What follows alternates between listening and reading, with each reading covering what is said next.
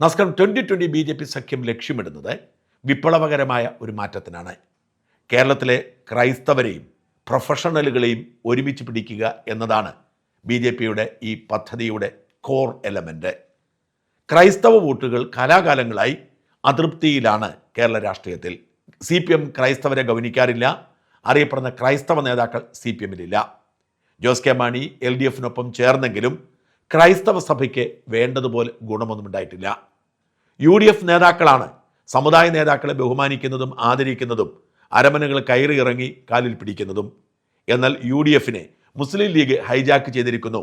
അതുകൊണ്ട് ക്രൈസ്തവ മുസ്ലിം താല്പര്യങ്ങൾ തമ്മിൽ ഭിന്നതയുണ്ടാകുമ്പോൾ മുമ്പിൽ നിൽക്കുന്നത് മുസ്ലിം താല്പര്യമാകുന്നു. അതുകൊണ്ടാണ് ന്യൂനപക്ഷാവകാശങ്ങളൊക്കെ മുസ്ലിം ലീഗ് കൊണ്ടുപോകുന്നത്. അതുകൊണ്ട് UDFൽ ക്രൈസ്തവർ ഒട്ടും സുരക്ഷിതരല്ല എന്ന് വിശ്വസിക്കുന്നവർ ഏറെയാണ്. ഈ ഒരു സാഹചര്യം കൃത്യമായി മനസ്സിലാക്കി ക്രൈസ്തവ വോട്ടുകളെ ലക്ഷ്യമാക്കിയാണ് വാസ്തവത്തിൽ 2020 സഖ്യത്തിന് BJP നേതൃത്വം രംഗത്ത് വന്നത്.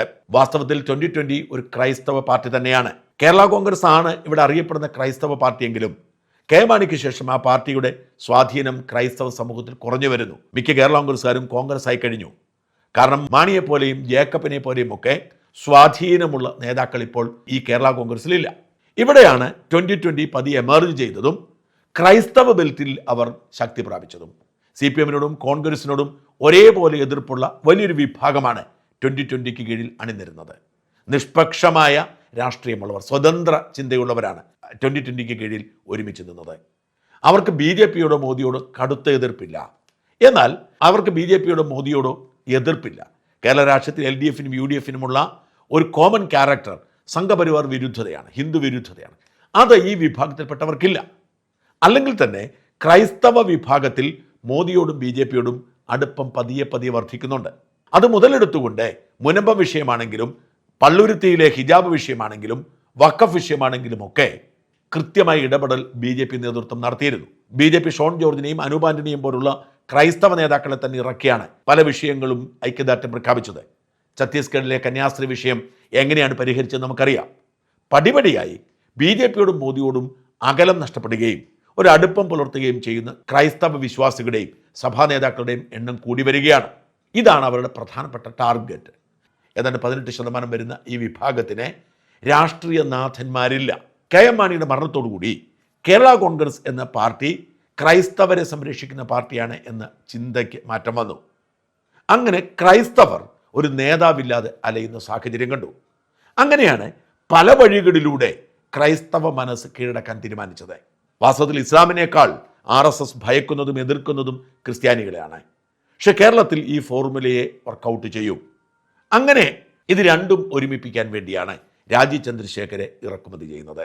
രാജീവ് ചന്ദ്രശേഖർ പ്രൊഫഷണലാണ്, ബിസിനസ്സുകാരനാണ്. മാത്രമല്ല അദ്ദേഹത്തിന് ഒരു ടിപ്പിക്കൽ സംഘി ഛായയില്ല.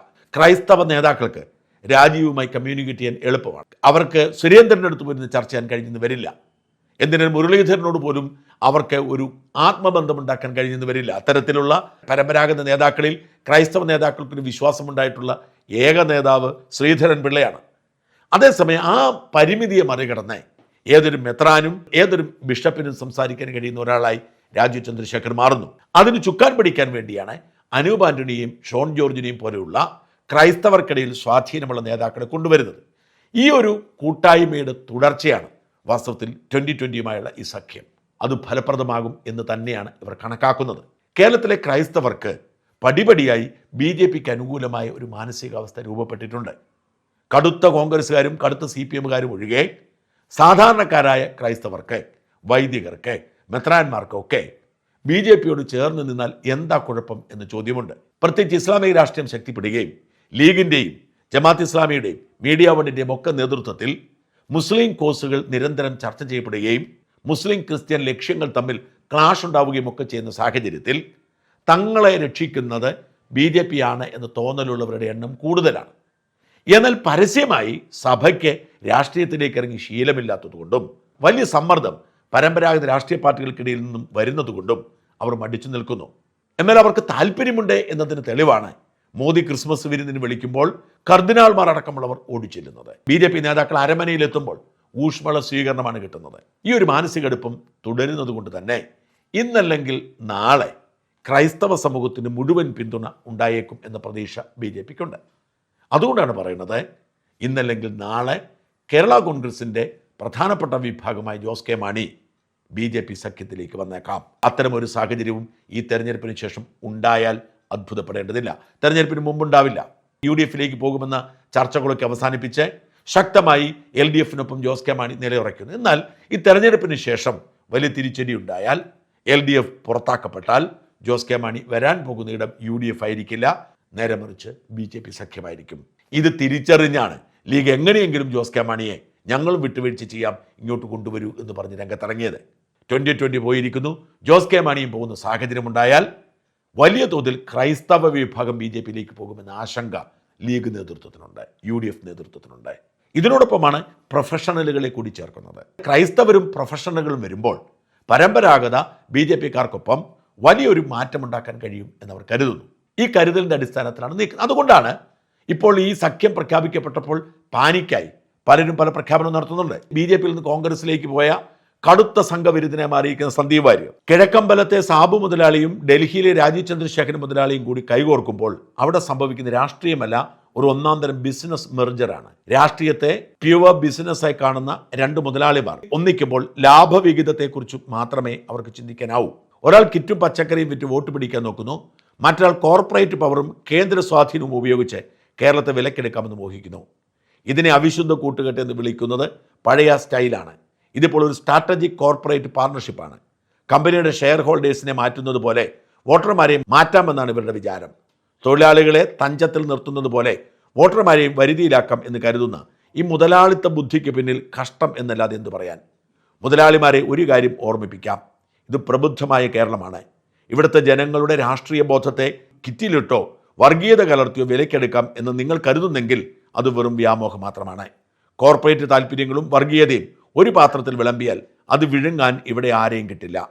നാട്ടുകാരെ വെറും ഉപഭോക്താക്കളായി കാണുന്ന നിങ്ങളുടെ ഡീൽ രാഷ്ട്രീയം അറബിക്കടലിൽ തള്ളാൻ കേരളം തയ്യാറെടുത്തു കഴിഞ്ഞു. ഈ കളി ഇവിടെ വില പോകില്ല മുതലാളിമാരെ. ഈ ഒരു നറേറ്റീവ് സൃഷ്ടിക്കാനാണ് കോൺഗ്രസ് ശ്രമിക്കുന്നത്. വാസ്തവത്തിൽ ബിസിനസ്സുകാരും പ്രൊഫഷണലുകളും രാഷ്ട്രീയത്തിലേക്ക് വരണം. അല്ലാതെ മുഴുവൻ സമയ രാഷ്ട്രീയ തൊഴിലാളികൾ ഭരിച്ചാൽ നാട് നന്നാവില്ല എന്ന് വിശ്വസിക്കുന്ന കുറേ ആളുകളുണ്ട്. അവരെ തന്നെയാണ് BJP ടാർഗറ്റ് ചെയ്യുന്നത്. അത് തന്നെയാണ് കിറ്റെക് സാബുവിനെ ഇങ്ങോട്ട് കൊണ്ടുവരാനുള്ള കാരണം. കോൺഗ്രസിൻ്റെ സ്ട്രാറ്റജിസ്റ്റായ ജയസെഡൂർ ഒരു പാരഗ്രാഫിൽ എഴുതിയിരിക്കുന്നു, 2020 ഒരു ബിസിനസ് തെരഞ്ഞെടുപ്പ് സംരംഭമായിരുന്നു. Business community extension service. അതിനപ്പുറം അതിന് ഐഡിയോളജിയോ വിഷനോ ഒന്നുമില്ല. അതുകൊണ്ടാണ് അതിൻ്റെ പേര് പോലും അങ്ങനെയായത്. CSR കാശും ഫ്രീബിയും കൊടുത്താൽ വോട്ട് പെട്ടിയിൽ ഇനിയും വീഴില്ല. മുതലാളിയുടെ കച്ചവടത്തിന് പ്രൊട്ടക്ഷൻ കേന്ദ്രഭരണ പാർട്ടിയിൽ നിന്നും കിട്ടുമെന്നൊരു ഗുണമുണ്ട്. അതിനപ്പുറം ഒന്നും സംഭവിക്കില്ല. എറണാകുളം ജില്ലയിൽ ഒന്നും സംഭവിക്കില്ല. കാരണം രാഷ്ട്രീയത്തിൽ ഒന്നും രണ്ടല്ല. ഇതാണ് കോൺഗ്രസ് പാർട്ടിയുടെ നിലപാട്. ശ്രീനിജിൻ്റെ അഭിപ്രായവും വ്യത്യസ്തമല്ല.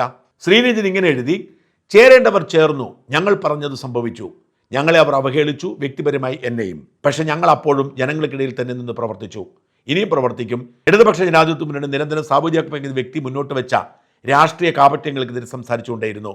കുറച്ചു കാലം കുറച്ച് സാധാരണക്കാരെ പറ്റിച്ച് ശ്രീ സാബു എം ജേക്കബ് കുറച്ച് പഞ്ചായത്തുകൾ CSR ഫണ്ടിൻ്റെ മറവിൽ ഭരിച്ചു. മറ്റ് രാഷ്ട്രീയ പ്രസ്ഥാനങ്ങളെ മോശക്കാരെ ചിത്രീകരിച്ചു. ചില ഓൺലൈൻ മഞ്ഞ ചാനലുകളെ വിലക്കെടുത്ത് വ്യക്തിപരമായി എന്നെയും എൻ്റെ പ്രസ്ഥാനത്തെയും അപമാനിച്ചുകൊണ്ടിരുന്നു. ഏതാണ് ഈ ഓൺലൈൻ മഞ്ഞ ചാനൽ എന്ന് പറയാൻ ശ്രീനിജിന് ധൈര്യമില്ല. വിലക്കെടുത്തു എന്ന് പറയുന്നത് മറുനാടനാണെങ്കിൽ കൃത്യമായ മറുപടി ഉണ്ടാവും. പക്ഷെ പറയാത്തതുകൊണ്ട് അതിലിടപെടുന്നില്ല. ഒരുപക്ഷെ ദേശാഭിമാനിയോ കൈരളി ചാനലോ ഒക്കെ ആവാം അദ്ദേഹം ഉദ്ദേശിച്ചത്.